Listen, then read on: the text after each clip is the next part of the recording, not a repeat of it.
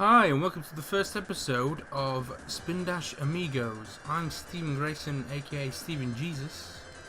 And I am Corvid, dude. Cool, let's get started. Today we're going to play Sonic 3, my personal favourite Genesis slash MegaDrive game. Okay, so let's start anew as Sonic and Tails. And let's get on this adventure of Angel Island. So, how have you been, dude? Well, pretty good. I just released that Windy Valley beta restoration, I think, a night ago? Yeah, it was like one day ago. And, boy, do people seem to like that one. What's it up to now? Hang on. Well, Knuckles has stole all the emeralds, so I'm going off on this adventure. Oh, that little punk. Yeah, the video is up to 4,094 views. That is not bad for how long it's been on. In this run, I'm going to try and get all the Chaos Emeralds at least before Marble Garden Zone, since I hate that zone so much. Definitely one of the best things about Sonic 3, as opposed to all of the other Sonic Genesis games, was its special stages. I feel as though in this game they finally got that right. Oh yeah, the special stages are amazing. I like Sonic 2's got quite a nice place to half pipe, but I prefer Sonic 3's special stages. And also Sonic and Knuckles as well. So. Yeah, the 3D effect in the Sonic 2 special stage was a lot harder on your depth perception. Like, I don't know, it just didn't seem to work as well. One thing I always liked was it always reminds me of Space Harrier, and I love Space Harrier. I've got a very fondness for the Mega Drive collection of Sega games. Space Harrier, Outrun. Outrun is that good to me that I've got a framed poster on my wall, and it's a big sticker on my laptop. So I always wonder what pixel transforms they used for the special stage, because I mean, you know, the background is really just a flat checker box, so they had to apply some kind of formula to it to get it to bend like that. the mysteries of programming in the 90s of what they got away with. Oh, First yeah. of all, doing Sonic with the slopes was tricky to begin with, so they worked their way around momentum physics-based game. The fact that it's all written in Motorola 68,000 assembly language is kind of mind-blowing. I've always been so bad with assembly language because it's just such a low-level thing. You're so close to the processor that it's really not very human readable. No, but you can get more out of it, so that's probably the best bit. And I do like the Yamaha sound chip in the Mega Drive. It does put out nice sounds. Yeah. Angel Island, what can we say about it? It's nice, gets burnt down halfway. Oh, it doesn't get burnt down, it's just a little crispy. I always like the haze effect you get on the screen. They're like scan lines. Yeah, I actually wanted to talk about that. That's a simple raster effect. What they do is they loop through the entire pixel array on the screen, and they just apply offsets horizontally to each pixel. And I'm not sure if they do a screen wrap, since, you know, if you're pushing something off screen, it goes on the other side, yeah. Yeah, exactly. Or you'd have to fill in that information somehow. But yeah, it's just a simple raster effect where you apply a transform to each pixel. And they probably only do like a few lines at a time, so they probably, during the loop, they skip the lines they're not using to get those processor cycles back. Yeah, saying you notice it when you're in underwater in a hydrosity zone, which we'll get to in a bit. Sandopolis also uses that same heat warp raster effect. Oh yeah, but we're not playing Knuckles, so. But yeah, I hate Sandopolis. The first level, don't mind it. Second level with the ghosts, can't stand it. Well, you know, it's kind of like Sonic 1, where it can be a fast level once you learn it completely, but you really need full mastery before it becomes a Sonic level, you know? Yeah, I really hated Labyrinth Zone. Is that what you're trying to bring up? No, I meant Sonic 1 in general. Oh, Sonic 1 in general. Yeah, like the game itself, most of the levels don't really turn into Sonic levels until you master them. But I suppose that's kind of the entire point of the game, is you know, mastery and skill progression.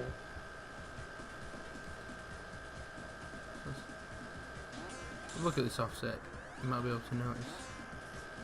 No, it seems like when it offsets it, it just duplicates the colour what's right next to it on the left side. I think that's how it gets away with it. Oh, all right.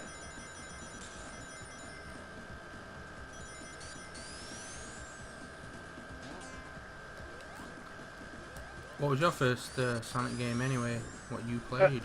Sonic 2 bundled with the Genesis. Boy, did I play a lot of that. Well, since I'm a few years younger than you, by the time I got a MegaDrive Genesis, I had it from a car boot sale for, I think it was £25, UK pounds, bundled with the Sega CD, well, the Mega CD. And Sonic CD was the first Sonic game I played, which, oddly enough, is my favourite proper Sonic. But before we started this, we tried to make sure we picked anything that was only on the Mega Drive / Genesis.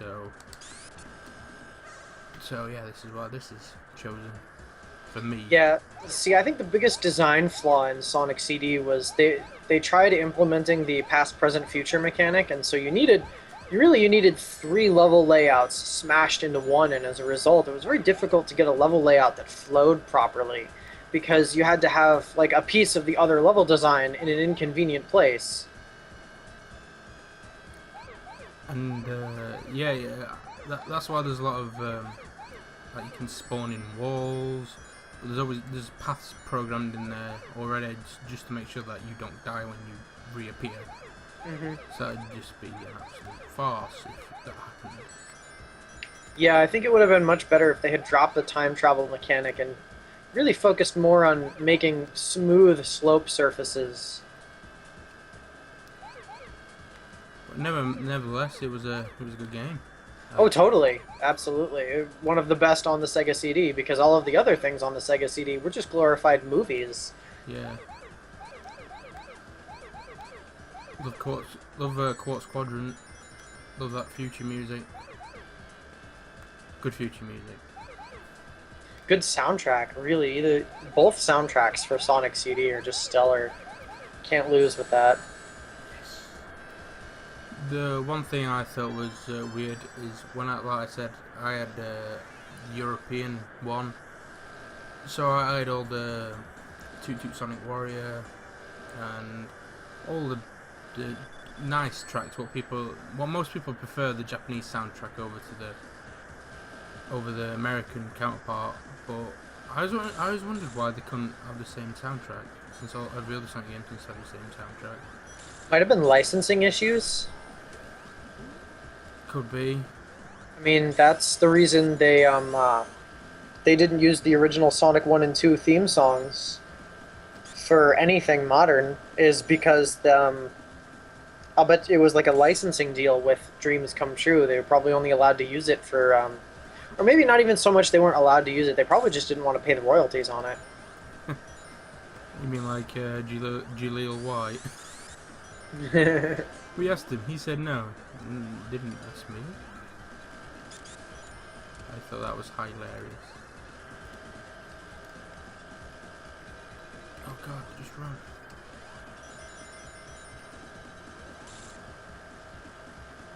Okay. Yeah, it looks like the object above you squished you. I mean, it didn't actually do it, but faulty collision. That's something that's never happened in a Sonic game before, faulty collision detection. Yeah, these are usually plastered as great games. What have got, well, faults, but not major faults. And I was being sarcastic. It's gotten to the point where in the Sonic 2 manual, I think, Sonic 2 or Sonic 3 manual, they attempt to explain the collision bugs with an in-universe explanation by saying that they're Dr. Robotnik's nefarious speed traps. like in Sonic 1, if you jump on the loop. Oh yeah, no, that's not even a collision thing though. That's the camera not moving fast enough to keep up with you. That is a pretty fun glitch. I always like to show people that. Me too. So, other topics have you researched? Um, let's see. Well, actually, there was this one time I tried making a Sonic engine for the Wii, and so I really got to appreciate how sophisticated these classic Sonic games are, and you screwed up. And the Yeah. real reason that they haven't been replicated yet, aside from some fan projects, is I sat down and I first thing I did was I made a layout editor so you could place 256 by 256 tiles. I used the Green Hill Zone tiles as my test things, and I just couldn't get the collision system working because you have a box on a slope, and I was trying to use the Sonic Physics Guide, but we would need to use more of a point for collision than a box. And I also had to have a good way of defining these slopes, which would have required some trigonometry since I tried making them all out of triangles. And I couldn't do it. I got like a week or two in, and all I had was a level layout and Sonic in no-clip mode flying around, and you could pick up some rings, and that was about it. Yeah, you got more than I did on mine. I tried to make a Sonic type of engine in Unity. You'd think, oh, if it's 3D modeled, it'd take two slopes a lot easier and bends. No. But no, it doesn't. If you program it using the guide, the guide, I think it's alright, but most of the things sometimes you're just like, that does not apply here, so what do I do? Yeah, the Sonic Physics Guide is based off researching a disassembly of the old games. It's not designed for modern 3D engines. It's not designed for having floating point and floating point values for your coordinates. They have pixel values put in there, so it's really built for old school games. But the other problem I ran into was, since I was building it on the Wii, I really didn't have a good way of debugging it aside from running into segmentation faults and getting upset.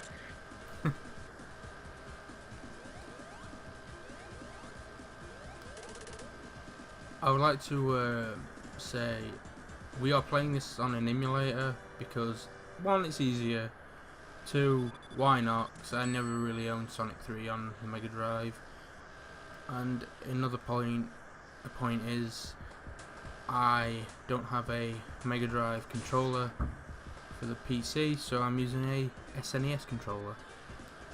So I might be A console trader. yes, might be got some treason going on here. Oh god, I can't tell you how many arguments I got into in like freaking elementary school about why Sega was better than Nintendo. What's really funny is the arguments at school when I was. It was two. There was, which Pokemon did you pick, red or blue? And which do you prefer, the Sony PlayStation or the Nintendo 64? So yeah, generation behind.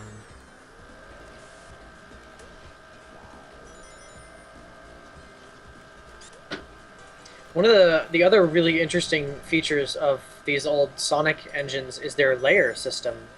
Oh yeah. If you ever go into debug mode, you'll see these lines of rings that you can't pick up, and they're usually near slopes. What those actually are is they're collision switches for the character to switch you between high and low layers. And they're very okay. Maybe it's because I didn't spend enough time learning about them, but my least favorite thing about classic Sonic engineering is messing with these layer switchers and knowing where they send you. It's a cognitive headache. But it also just goes to show the level of robustness and sophistication of this old software. A lot of retro classic games are really built with love. I'm not saying that most modern games aren't built with love, it's just It takes a special kind of insanity to program an assembly.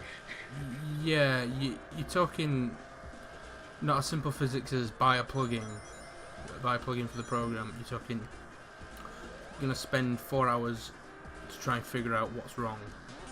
Yep, and you're doing serious math here too. Yeah, because it's the original. It's at the basic. Well, not basic, but it's pretty early on in video game history where programming the language was very engineering based. You had to know your physics and your maths.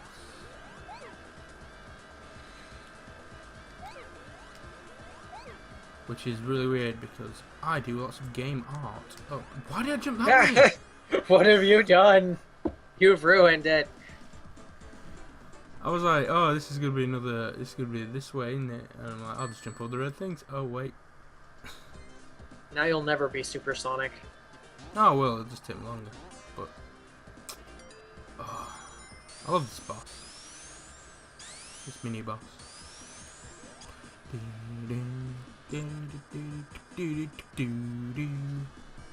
Sonic 3's level design really benefited from the removal of the speed caps that were in Sonic 2 and Sonic 1. Actually, Sonic 1 and Sonic 2 and Sonic 3 incrementally had less and less speed caps, and it shows in the stage designs how in Sonic 3 you have like these really long, massive slopes, and so they also, you know, that lets you abuse the spin feature even more. But I also think that contributed to the disturbing trend of people thinking that Sonic was about going fast, as opposed to that speed being a reward for mastery of the level. Yeah. I Not necessarily platforming, but just the level in general, because there are more elements to a level than just jumping across platforms. I like to watch these guys on YouTube called Video Games Awesome, and I remember watching the Sonic Generations episode, which was funny as hell. It was so funny to watch a guy get so frustrated with that because he went the wrong way. He got punished with platforming. Yeah. Yeah. Well, master the game more. But he kept complaining about it, and he kept going, "Oh, this way is just, I can't do it. This game's just too hard." And it's just like, no, just play it more. It's replayability. Yeah. The psychology and philosophy of video game design really has changed a lot since the old days. These days, player engagement is so much more precious because there are more games on the market. Old paradigms really have a hard time flying. You can't. Yeah, exactly. Lives, and making a game that requires you to think or to try changing your approach to succeed, it won't work. Players just want to figure it out once, immediately, and then just have that approach work all the time. I'd argue it's almost shameful. We live in the world of crappy mobile games that just... Candy Crush Saga, yeah. It's the mom game. They're just Skinner boxes. That's all they are. They're monetized Skinner boxes, and it has ruined the player base as well. I can't tell you how angry it makes me feel when that's classed as casual gaming. When I remember casual gaming just being, oh hey, did you play the Wii yesterday? That's about it. Casual gaming is not a genre. It shouldn't be classed as a genre. Casual gaming is casual to a specific person and what they want from it. Like, I could casually game on Civilization for hours, but to someone else, that's not a casual game. Yeah, casual gaming is a behavior, not a genre. Yeah, which I don't like when people put them in that genre. Yeah, because like when I'm casually playing Sonic, I'm not speedrunning it. You know, I'm just kind of messing around, poking at the game, trying to build experience with just, the physics engine, and just trying to see what I can do with it, as opposed to like dedicatedly speedrunning and trying to get the fastest time.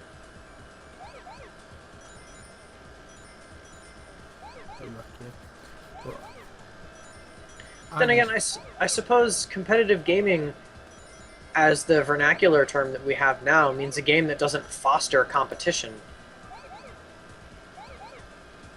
So, I mean, I guess the term's not wrong. We just shouldn't. I don't know. It's difficult. the Call of Duty people is what gets on my nerves. You're always gonna have the lowest common denominator. Aha, blow up thing. Yes. What's up with Sega and checkered boards? What about the checker? Oh yeah, the fact that checkerboards are a constant theme in Sonic. You know, I actually That have and other Sega games. I have a hypothesis for this, and that is because have you ever seen somebody doing an intense physics calculation or like watched an episode of Mythbusters where they're trying to calculate how fast something's going? Yeah, and they would They have a grid. always use either checkerboards or stripes. And so I'm thinking it's because it's a visual pattern that breaks up motion lines. And in that sense, it helps the players immediately understand how fast they're going. I see that a lot in the Sonic World engine. Everything basic without no sprites on the level assets is checkerboard, so it is like you say, it breaks down motion, so it's easy to calculate. Yeah, and by Sonic Worlds, that might not be the point. I mean, they may have just done it because it looks good. or they may have just done it because they've seen it in other games. More back here.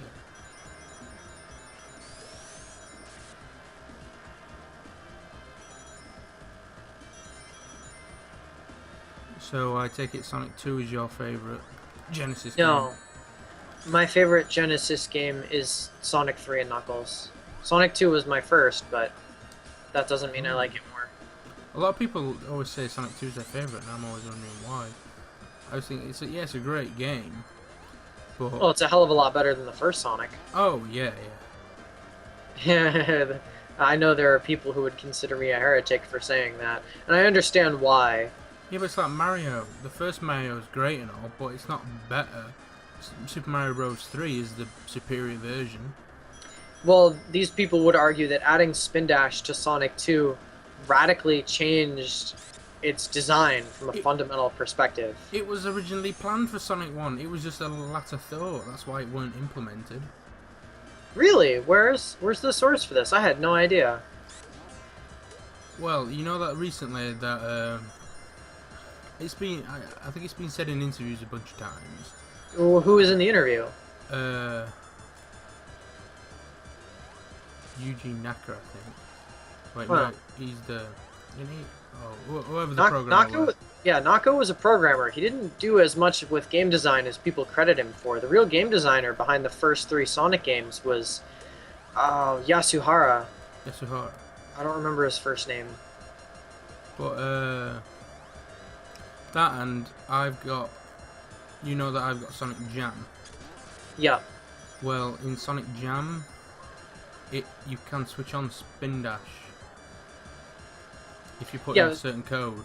That doesn't necessarily mean it was planned for Sonic 1. It means they added it later. Yeah, but why would they just add it and then in every other iteration of Sonic they released on a collection disc they don't have it? Well, remember, Sonic Jam was done by the people who made the original game, so if they just thought that it would make a good addition, they could add it in. But then, in future ports, it was not done by... Matter of fact, most future ports are just emulation. Yeah, well, the Android versions and the iOS versions by good old... whatever his name is. Yeah. But there's a significant difference between we wanted to add this and ran out of time, and we decided to add it after the fact because it turned out to be a good idea. I'm sure they added it. They wanted to add it, it's just that they didn't have time. So I know it's in the Android one because you can switch it on. Oh yeah, the Android one, oh man, the Android Sonic engine is one of the marvels of our time. They had fans, they hired fan developers to essentially re-engineer the old Sonic engines. And so they're portable, playable on modern systems, and extendable. If Sega decided that they wanted to make a new Sonic game You could just from do that it. base, yeah, they could just do it. All they would need is some artists. Which I think, why don't they do that and make a proper Sonic 4? Oh, they probably just haven't gotten around to it yet. They have how many development teams working on how many projects? You got Sonic Boom going. Yeah, the thing you got to remember about big game companies and massive corporations is that change occurs at a glacial pace for them. It's just part of how they operate. I do think it is pretty good. I wish I could see more. I can't wait for this game to come on Android and have all the tweaks and stuff. I suppose the only thing that really bothers me is that they haven't taken the Taxman ports, as far as I know, and put them on PC. I think the Sonic CD one might be on PC or on Steam, I'm not sure, but I know the other ones aren't. And I'm, like, begging Sega to let me give them my money, and they refuse to do it. I hate this level. Really? That's not so bad. This level is the best for Supersonic, though. Yeah, that's what I'm saying. I was trying to unlock Super Sonic before I got here. But there is one thing I do like about this level, and that is the mountain range in the background. Sega can draw backgrounds. Well, they have talented artists no matter what day it is. I mean, even Sonic 06 was a glitchy mess, but its artwork was really pretty for the time.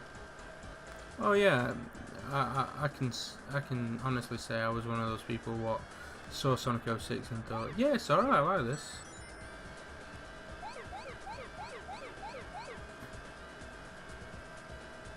I thought Sonic 06 was not bad. If you give it me now, I could go out and play it. I think what Sonic 06 showed was that all of the ancillary features that you add to a video game, like a storyline and cutscenes and all of those other things, can't save it if it doesn't feel right when you play it. And I think it also shows that if you were to design a Sonic game with just its bare bones, just a trial level select, some saved, some speedrun timers, and that would be about it. It would be just as good. In fact, it would be better than a Sonic game with all of the extra bells and whistles, but doesn't play well. Okay, where the hell am I going? Oh shit. Oh, come on. I'm looking for some blue balls here.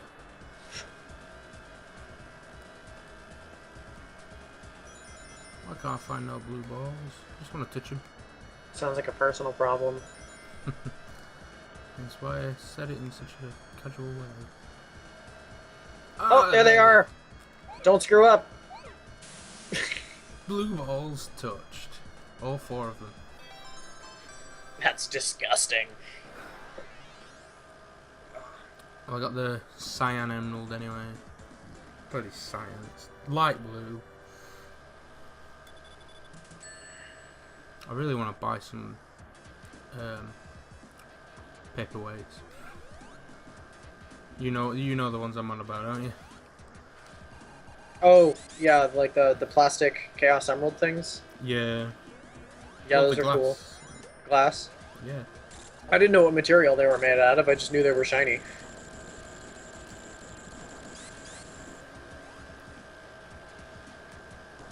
I remember a few years ago my friend bought a remake of the skull from the Indiana Jones film, Kingdom of the Crystal Skull. He actually went out of his way and spent money on a replica of that skull. You know, I can't remember if Sonic was the first video game to add... No, it definitely wasn't the first video game to add this feature, but it was one of the video games to really rely on this feature the most, and that was one-directional platforms, the ones you could pass through from below. Oh yeah. I was thinking about, the mechanics of a platform game and how really essential that is, and how intuitive it is. Players will just try to jump through a platform. If they can. Not even if they can, they'll just try to do it if the platform's available. I think that's really interesting behavior, and I also know that if you want to convey to your players that a platform is a pass-through or a one-way platform, the best way to do it is to make it look thinner than the others. giving the impression that it's weak and can be pushed through. I always when I did designing some platforming games, I always, for that kind of effect, so you knew what to do in that situation, I always added a darker line, like an outline, like a 2 pixel outline on the top half of the platform, and on the bottom half you'd have a really thin line. And I always thought that would convey it pretty well, because you think, oh, it's not as thick as the top one. Yeah, it essentially creates a motion line. That's why I don't like Little Big Planet that often. Because once in Little Big Planet you have to work on the layers, which Yeah, that's actually one of my biggest complaints with Sonic Colors, is that nearly all of the platforms in Sonic Colors were solid on all sides. in Generations they aren't. So They aren't. Huge improvement. Colossal improvement. colossal. Well, you know what time it is? End of the episode? Yep, end of the episode, and I just fell through to a pretty standard Save issue. state time! Yeah. Well, this has been me, Stephen Jesus, and Corvid Dude, and we will inflict the next episode upon you sometime soon. yes, and if you want to get our separate channels, just click on the names on the sides, and yeah, we'll be back probably next week. Alright, so yeah, sayonara. Peace.